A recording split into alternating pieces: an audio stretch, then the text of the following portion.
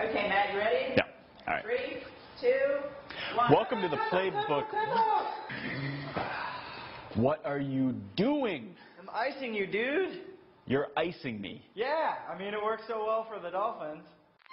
Welcome to the PB Game Time Playbook with Matt Porter and Jeff Greer. Ready! The way Matt here has been picking games this season, you'd think I've been icing him all fall.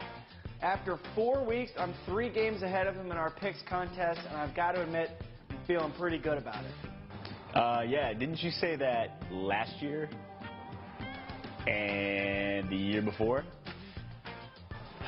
You're the worst, but hey, I look pretty good in that cheerleading uniform.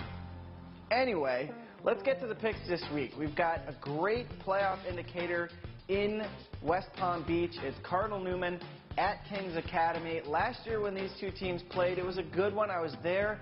Thunder and lightning came crashing down after the game, but there was no shortage of power during the game. A lot of running, but very good defense. This year, I think we're going to see a little bit more of an offensive game, and because of that, I like Newman, even though they're on the road.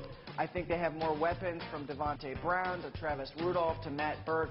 I just like Newman a little bit more in this one, so I'm going to take them in a little bit of a high-scoring contest, 31-21. Gardens is at John I. Leonard in what should be a very good matchup. Both teams have their strengths offensively. Gardens can run, John I. Leonard can pass, so obviously both are balanced.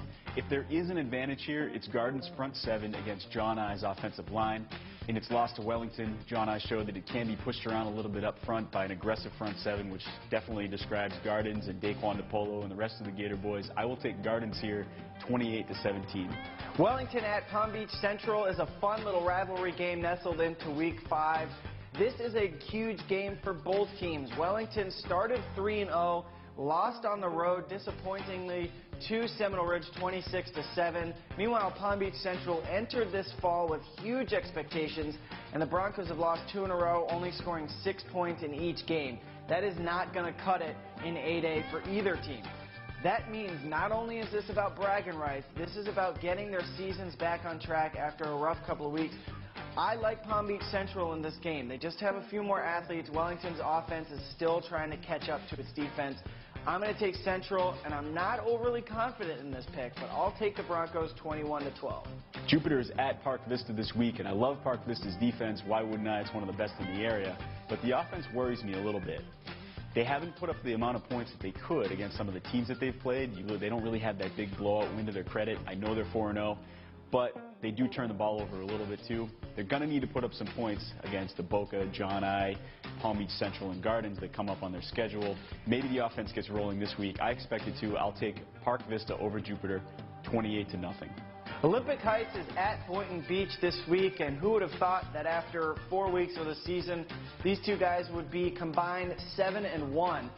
But don't be fooled by those records. This has been a cupcake-laden schedule for both teams. I really expect this to actually be a toss-up, as they would say in Vegas. Olympic Heights has looked really efficient and disciplined on offense. Boynton's passing game has been good, and the defense has been just as good. I still like Heights in this one, and I'll tell you why. Coach Kevin Fleury has his team playing focused, concentrated football, and they're kind of sneaking up on people. So I'm going to take Heights in a really close, fun game, 20-19. Love this one. It's Royal Palm Beach at Santa Lucias. We expected Royal Palm to be playing in one of these games with heavy district implications at some point in the season, but we expected it to be against Dwyer or Atlantic, not against Santa Lucias. What a run Santa Lucias is going on early in the season. They stunned Atlantic last week, knocking them kind of on the fringes of the District 13-7A playoff picture. It'd be great if they could continue the run. It'd be a fun story, but I expect Royal Palm to get it done. I think they have a couple more big-time playmakers on both sides of the ball, and I'll take Royal Palm 20-7. That's it. We're closing the playbook. Remember to follow us on Twitter and search for us on Facebook by typing in PB Game Time. And as always, go to pbgametime.com throughout the week for news, analysis, commentary, pictures, anything you could imagine. Vaya con Dios, amigos.